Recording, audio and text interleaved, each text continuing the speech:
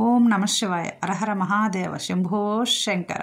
బ్రహ్మమురారిసురార్చితలింగం నిర్మలభాషిత శోభితలింగం జన్మజ దుఃఖ వినాశకలింగం తత్ప్రణమామి సదాశివలింగం అంటూ లింగాష్టకం తప్పక స్మరించుకోవాలండి.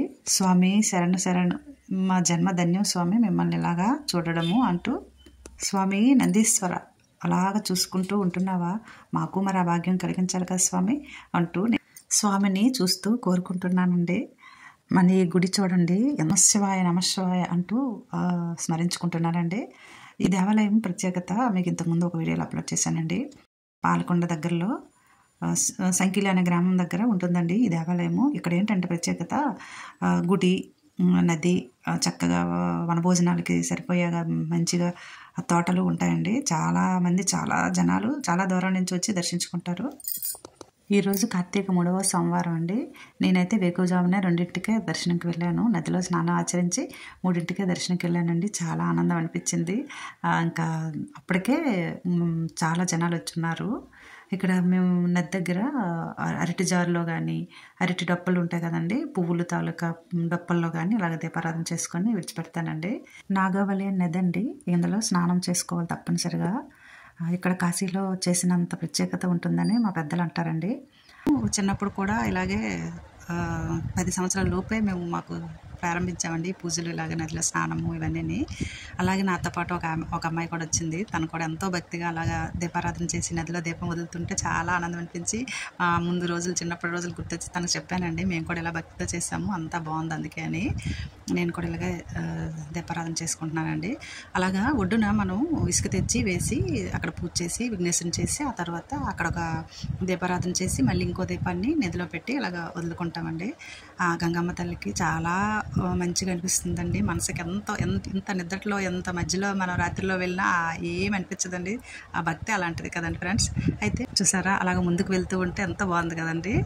ఓ గంగమ్మ తల్లి, కాపాడు తల్లి, గంగే జమునేచి గోదావరి సరస్వతి అంటూ మనం స్మరించుకుంటాం. చూసారండి, కొంచెం ముందుకెళ్తేనే చాలా ఎక్కువ వాటర్ ఉందండి, లోతుగా అనిపిస్తుంది.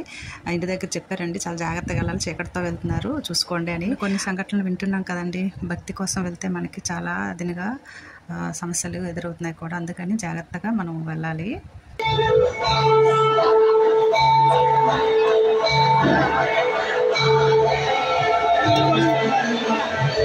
ఇదిగోండి దేవాలయం చాలా బాగుంటుందండి.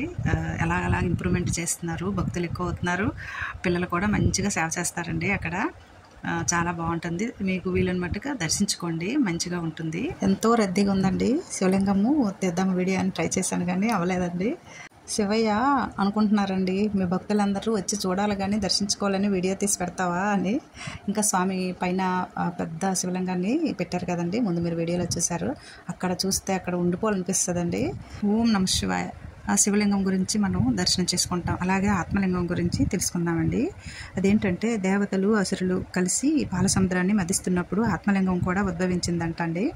తారకాసురుడు అనే రాక్షసుడు ఆ ఆత్మలింగాన్ని మెడలో ధరించి మరణం లేకుండా వరవివ్వమంటూ శివుడిని ఉద్దేశించి ఘోర తపస్సు చేశాడంట. అప్పుడు స్వామి మనకి అందరికీ వరాలు ఇచ్చేస్తారు కదండి. మన శివయ్య ప్రత్యక్షమయ్యి తన సంతతి పైన యుద్ధం చేయనంత వరకు మరణం ఉండదు నీకని నిబంధన ధిక్కరిస్తే మాత్రము తల 1000 ముక్కలు అవుతుంది, ఆత్మలింగము 5 శకలాలుగా మారిపోతుందని హెచ్చరించారటండి. కానీ తారకాసురుడు ఆ విషయం మర్చిపోయి తన కుమారుడైన కుమారస్వామితో యుద్ధానికి తలపట్టాడటండి. అంటే స్వామి చెప్పినట్టుగా తల 1000 ముక్కలైపోయిందంటండి. అలాగే ఆత్మలింగము 5 శకలాలుగా విడిపోయిందంట. దీంతో దేవతలు ఆ శకలాలను 5 చోట్ల ప్రతిష్ఠించారండి. అవే పంచారామాలుగా మనం చెప్పుకుంటాము. వాటి గురించి ఇంకో రోజు మనం వీడియోలో తెలుసుకుందామండి. చూసారా స్వామిని, మన శివయ్యని ఇలా లింగాకారంలో స్వామికి చూస్తుంటే కన్నులు సరిపోవండి.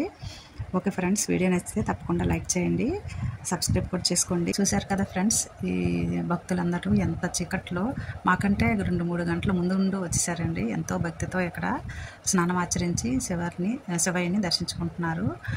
మీరు కూడా తప్పగా దర్శించుకోవాలని అనుకుంటున్నానండి.